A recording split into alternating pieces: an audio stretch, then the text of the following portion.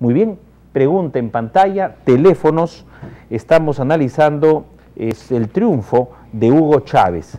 Hugo Chávez, que también tiene el respaldo de muchísimos gobernadores, ya que la elección es también con gobernadores. Entonces, la presencia ha sido casi total en Venezuela, y esto con nuestro panel y ustedes, amigos protagonistas, vamos a analizar en todos sus ángulos. José Rocha.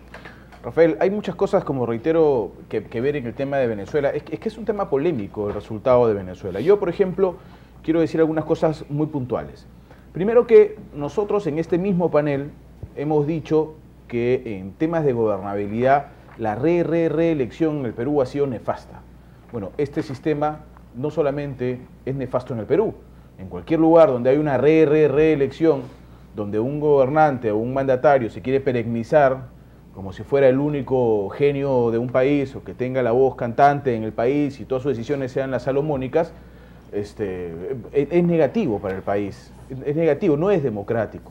Entonces, eso lo hemos dicho acá y creo que se cumple el ejemplo en lo que está pasando en Venezuela. No podemos olvidar que Venezuela tiene la inflación más grande en el continente. Si bien es cierto, gracias al petróleo, es una de las potencias económicas importantes en economía, también tiene la inflación más grande, tiene casi cerca del 26% anual de inflación, así es que no está tan bien tampoco. Ahora, elecciones en las que no se permiten veedores, no se permiten observadores internacionales, al menos para que vayan y observen y pueda haber un resultado abierto, limpio, transparente y parcial, un poco por ahí, no necesariamente para decir que son ellos los que van a decidir qué es lo que pasa en el país. Y finalmente, un comentario final en este bloque: cuando nosotros pensamos diferente a otras personas, no podemos satanizar a las otras personas. Cuando nosotros pensamos diferente a otros medios, no podemos satanizarlos. En Venezuela, los medios de comunicación que pensaron diferente al presidente Hugo Chávez fueron satanizados.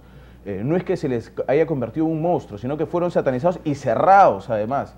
Entonces, eso no es democrático. Lo que se debía haber hecho es, como se hace acá, en Habla del Pueblo. Acá sí, acá cuando se cree que hay algo correcto, se dice que es correcto, y cuando se dice que el gobierno ha actuado mal, se dice abiertamente que ha actuado mal, y creo que eso es lo democrático. Así es, y lo democrático está en este momento poniéndose en práctica con las llamadas telefónicas del público. Buenas noches. Estamos en vivo, adelante por favor. Aló. ¿Qué tal, señor? Buenas noches, bien, gracias. Primero quisiera saludar a los panelistas y felicitar una vez más la participación de ellos. Mi opinión con respecto al presidente Hugo Chávez, pues definitivamente es un dictador, pero indirectamente se puede echar la culpa al pueblo venezolano, porque al igual que al pueblo peruano, pues lamentablemente somos un país semianalfabeto. Entonces, pues lo que tenemos que hacer para no dejarnos engañar por estos gobernantes definitivamente es la lectura. Entonces, tanto como el gobierno peruano como el gobierno venezolano son iguales. Quisiera saludar también a Jauja, la primera capital del Perú, donde pues siempre se ha dicho pues que Jauja es la tierra de intelectuales, ¿no? Ajá. Entonces soy una de las personas que siempre opina de que el poder genera corrupción. Bien. Correcto, caballero. Vamos con el siguiente protagonista antes de la intervención de Alfredo Gildemeister. Buenas noches. Sí, muy buenas noches. ¿Qué tal, caballero? Estamos en vivo. Romero, fíjese, yo felicito que en mi país no haya reelección inmediata, porque el señor Chávez pues cuenta con el poder de diferentes maneras, un control totalitario de todas las instituciones del Estado. Entonces esto, a la corta o a la larga, siempre favorece al candidato oficialista. Qué pena me da que en muchos países parece que les gustara gobiernos dictatoriales. Me da que pensar.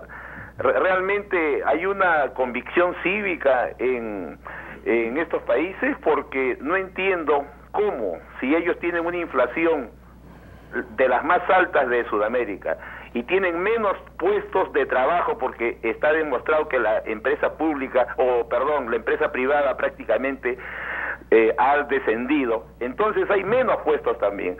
Sin embargo, lo han preferido y han querido este gobierno. Correcto. Realmente para pensarlo. Gracias.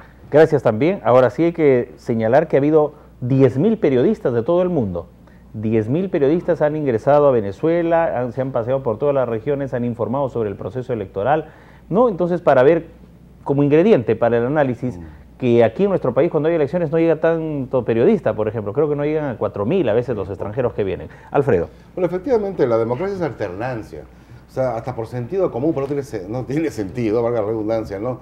De que un presidente, entre comillas, se mantenga, pues, que 20 años. Franco estuvo 35 años en España, ¿no? O sea, ese era un dictador clarísima, ¿no?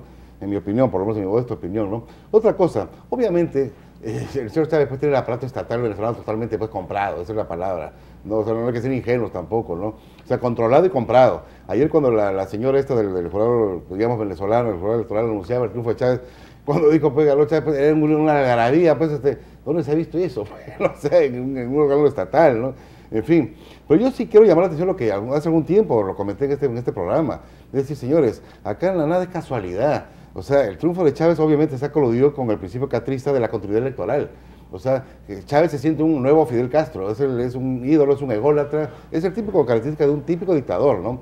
Ahora, otra cosa, con lo decían antes, no seamos ingenuos, señores. Desde hace mucho tiempo, hace más de un año y medio, lo dije, ¿no? Acá la inteligencia cubana está actuando en el Perú. O sea, desde hace mucho tiempo. Y como dice este comentarista, que sin querer lo hemos coincidido, Claudio Lechín de Bolivia, este politólogo boliviano, habla del modelo cubano y dice una cosa muy interesante. El modelo cubano se caracteriza por dos cosas. Primeramente, un paulatino y muy sutil, ojo, muy sutil desmontaje del modelo económico en un país. Obviamente acá no va a haber un humanashock, como fue con Fujishock, ¿no? Con Fujimori, ¿no? No, acá es una cosa muy paulatina. Por ejemplo, ¿qué inversiones importantes han habido en este último año en el Perú? Ninguna. Más bien, con Ganova, el modelo se ha frenado, no se está deteniendo. Entonces, claro, el modelo comienza, cuidado, encima se permite el terrorismo, etcétera, ¿no? Y luego viene la segunda característica, que es la polarización del país. Un ejemplo nomás, el mismo tema del indulto. Sí está en agenda el indulto. Ha polarizado al país en dos vertientes, ¿no? A favor y en contra. Entonces, es una estrategia muy sutil, ojo, muy sutil, que toma su tiempo, como la usó Chávez en Venezuela, ¿no? Luego vendrá la reforma de la Constitución, luego vendrá la no sé cuánto, entonces intervenciones en las universidades, en el tema energético, etcétera, etcétera. Entonces hay que tener mucho cuidado con esto, ¿no? No hay que ser ingenuos. Ojo, otra cosa, y con esto termino, que también señala Lechín, muy interesante. Hay más de 250 casas de la amistad cubano-peruanas en el Perú. Y hay más de 6.000 profesores cubanos en el Perú. Profesores. De acuerdo a la política cubana, lo primero que hay que intervenir es la educación, el ejército, acuérdense los convenios que ha hecho Humala en Venezuela, con Venezuela, y la cultura. O sea, cuidado con esto, señores, estoy llamando la atención nada más con esto, no seamos ingenuos, acá hay gato encerrado, no seamos ingenuos. Incluso con esto termino, le preguntan a Lechín si Ollanta nos está tonteando. Y dice, claro, eso depende de los peruanos, pero él cree que sí, nos está tonteando, porque no es tan torpe como pareciera, sino que este desmontaje del modelo económico, esta polarización del país, etcétera, tiene un sentido, hay una consecuencia. Espero de verdad equivocarme, pero tenemos que estar atentos. Ojo que no tenemos servicio de inteligencia y ojo que el Brain está sola de nadie. Correcto, debemos recordar al recibir esta llamada que Chávez modificó su constitución, la constitución que él mismo alentó y firmó su propia revocatoria en referéndum anual y elecciones periódicas para elegir a sus autoridades. La Carta Magna propone al pueblo que si no está conforme deben sacarlo a Chávez, y eso lo firmó el propio Chávez. ¿Qué nos dice el siguiente participante? Buenas noches. Aló, buenas noches. Señor, bienvenido, ¿qué tal? Acá, mire, con respecto a su pregunta, si Chávez es reelegido es porque la población pues lo ha elegido, es la democracia. Ahora yo no entiendo dónde sacan ese argumento que la dictadura, que como si estuvieran amañadas sus elecciones.